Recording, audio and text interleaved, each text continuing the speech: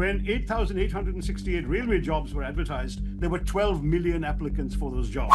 ইন্ডিয়াতে একটা উইয়ার্ড এবং শকিং স্ট্যাটিস্টিক্স আছে, যত বেশি তুমি এডুকেটেড তোমার তত আনএমপ্লয়মেন্ট রেট বেশি। আমি মজা করছি না, সিরিয়াস। যত বেশি পড়াশোনা করবে তোমার চাকরি পাওয়ার প্রবাবিলিটি ততই কম। আর তুমি যদি আনএডুকেটেড হও তাহলে তোমার চাকরি পাওয়ার সম্ভাবনা অলমোস্ট 100%। এটা আমি বলছি না, international labour organisation India report 2024 হিসাবে ইন্ডিয়াতে 11.2% গ্র্যাজুয়েট আনএমপ্লয়, কিন্তু যারা আনএডুকেটেড তাদের আনএমপ্লয়মেন্ট রেট হচ্ছে অলমোস্ট 0%। তার মানে 100 জন গ্র্যাজুয়েটদের মধ্যে অলমোস্ট 11 জন চাকরি পাচ্ছে না। মানে যারা পড়াশোনা করেনি তারা অলরেডি কিছু না কিছু চাকরি করছে। তাহলে প্রবলেমটা কোথায়? ইন্টারন্যাশনাল লেবার অর্গানাইজেশন, এটা ইন্ডিয়ার রিপোর্ট 2024, এখন চলছে 2026। তো কিছু চেঞ্জেস নিশ্চয়ই হয়েছে, তো এইটা আমরা এই ভিডিওতে দেখবো। কিন্তু তার থেকেও ইম্পর্টেন্ট কোয়েশ্চেন হচ্ছে, কেন ইন্ডিয়াতে গ্র্যাজুয়েটদের মধ্যে এত আনএমপ্লয়মেন্ট? আমাদের এডুকেশন সিস্টেমে কি প্রবলেম আছে, নাকি প্রেজেন্ট কোম্পানিজ গুলো প্রচুর এক্সপেকটেশনস, নাকি এআই পুরো জব মার্কেটটাকেই চেঞ্জ করে দিচ্ছে? এই ভিডিওতে আমি বলবো কেন এটা হচ্ছে, তুমি কি করে এই সিচুয়েশন থেকে বেরিয়ে আসতে পারবে, আর আগামী কয়েক বছরে তুমি কি স্কিল শিখলে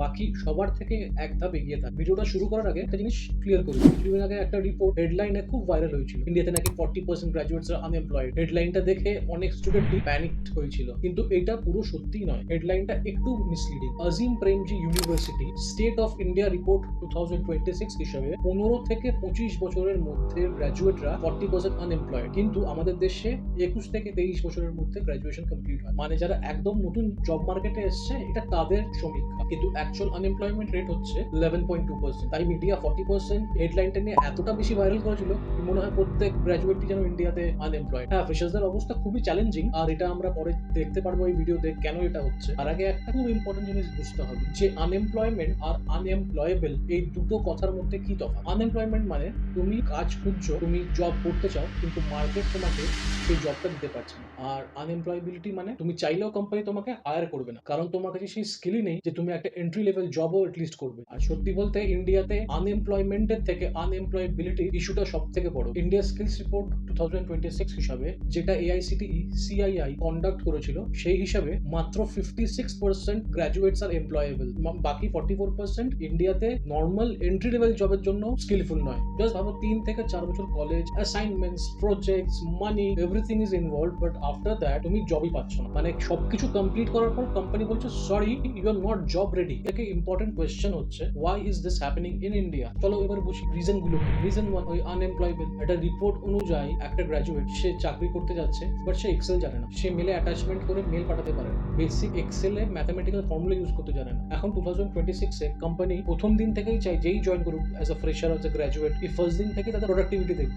দ্যাটস দ্য রিজন আমাদের ইন্ডিয়াতে এমপ্লয়েবিলিটি এতটা বেশি, which affects our employment rate. Second reason, education system. আমাদের এডুকেশন সিস্টেমে মেইন প্রবলেম হচ্ছে আমরা অনেকটা থিওরিটিক্যালি জিনিসটা বুঝতেছি। আমাদের এডুকেশন সিস্টেমে প্র্যাকটিক্যাল এক্সপিরিয়েন্স করার খুবই কম স্কোপ পাওয়া যায়। তার মধ্যে আউটডেটেড সিলেবাস, ওল্ড কারিকুলাম তো আছে। Reason number 3, not enough quality jobs. আমাদের ইন্ডিয়াতে প্রচুর গ্র্যাজুয়েটস আছে, বাট সেই হিসাবে আমরা জবস তৈরি করতে পারিনি। Next reason, aspiration mismatch.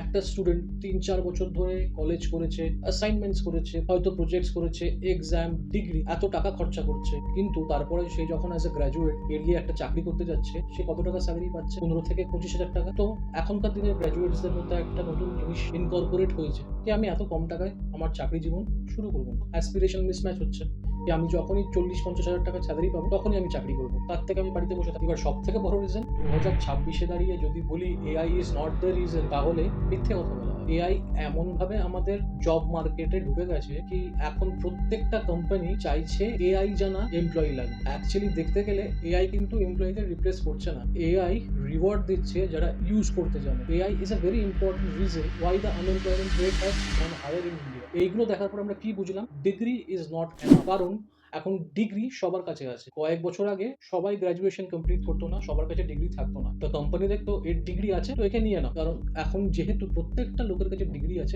Degree is not a parameter for company to choose a graduate. তো এখন কোম্পানি কি দিয়ে চুজ করবে? এখন তারা কোন স্কিলটা জানে। So degree is no longer a differentiator. স্কিলে আমরা এতক্ষণ ধরে প্রবলেমের কথা বললাম, প্রবলেমের ডেটা দেখলাম, প্রবলেমের এক্সাম্পল দেখলাম, প্রবলেমের রিপোর্ট দেখলাম, কিন্তু এর সলিউশন যত বেশি পারো স্কিল শেখো। AI, Excel, communication, problem solving skills, full stack development, machine learning, data science, data analytics, যাবতীয় প্রেজেন্ট এখন যে স্কিলগুলো আছে সেইগুলো শেখো। তার সাথে প্রত্যেকটা কোম্পানিতে ইন্টার্নশিপের জন্য অ্যাপ্লাই করো। সব সময় পয়সার জন্য দৌড়ালে হবে না। If you want to earn a good amount of salary from the starting day of your employment, then you will have to go through all this processes. First হচ্ছে স্কিল শেখো, সেকেন্ড হচ্ছে প্রজেক্টস করো, third হচ্ছে কোম্পানিজদের email করে internship করো, এইগুলো দিয়ে তোমাদের পোর্টফোলিও বানাও। তো এখন থেকেই এইগুলো 1 by 1 করা শুরু করো, না হলে পিছিয়ে পড়বে। আর সর্বোপরি শেষ কথা হচ্ছে শিখতে থাকো, শেখা বন্ধ করবে না। আর এই ভিডিওটা যদি তোমার ভালো লেগে থাকে তাহলে চ্যানেলটাকে সাবস্ক্রাইব করে দাও, আর এরকম আরো ভিডিও দেখতে জয়েন করো।